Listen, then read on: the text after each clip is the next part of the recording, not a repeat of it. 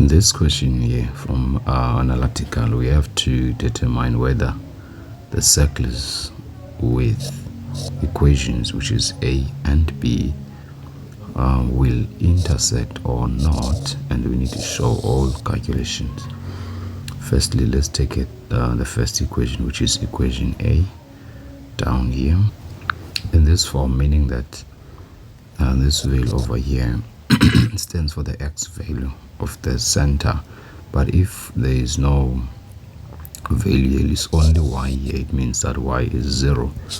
It's like there is a y minus 0 all squared, so that means y is 0. So well, in this case, the coordinates of the x value of A is going to be -3, and then that means must be A is to -3 and then it's to 0. So, and then we also determine the radius here. So remember, r squared is 4, so therefore the radius is going to be 2, because we're going to square root in both sides. So the radius is 2. So now let's go for B now.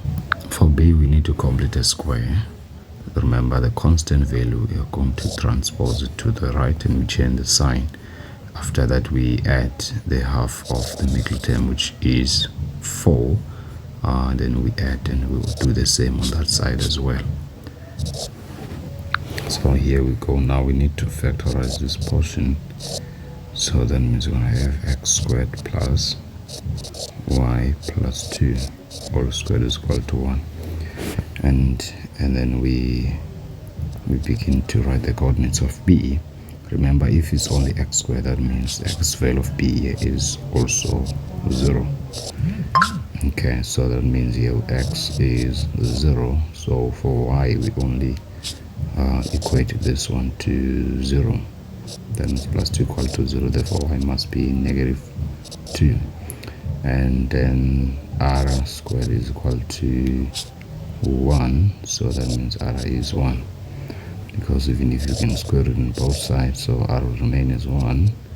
So therefore, the coordinates B must be x is 0 and then y is -2.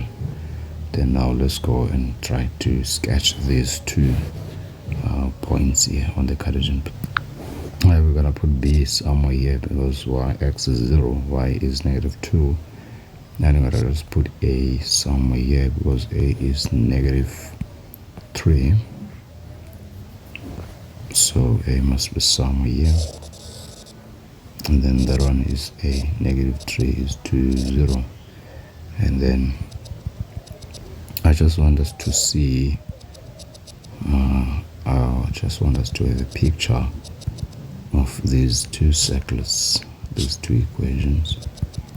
But we still have to determine whether they are going to intersect or not, okay? But I just want us to have a picture. So this is what we have. So that means the radius here, if this is 2, so that means it's a unit from the origin. So here's the distance, which is r. Or maybe you can go in this way, r, and go also in this way, r. Alright, so therefore we'll have to determine firstly the distance, that is from A to B, which is a distance. And then if the distance from A to B is bigger than the radius, the sum of the radius, which is this r plus this r, if the distance here is bigger than r, so that means the circles will not intersect. So firstly, let's go for the distance between A and B. So here's the distance formula. Now we have to substitute the coordinates of A and B. So remember, this must be x1, y1, and this must be x2 and y2. Then let's begin to substitute.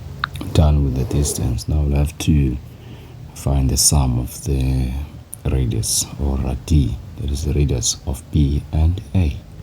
So the radius of B or of A is 2 and of B is 1. So the sum of the two is going to give us 3. So the radius is 3, but the distance is 3,61. So that means the distance here is bigger than the sum of the radius. So therefore the two circles will not intersect. Yeah, we are done now. So the circles do not intersect if the sum of the radii is less than the distance.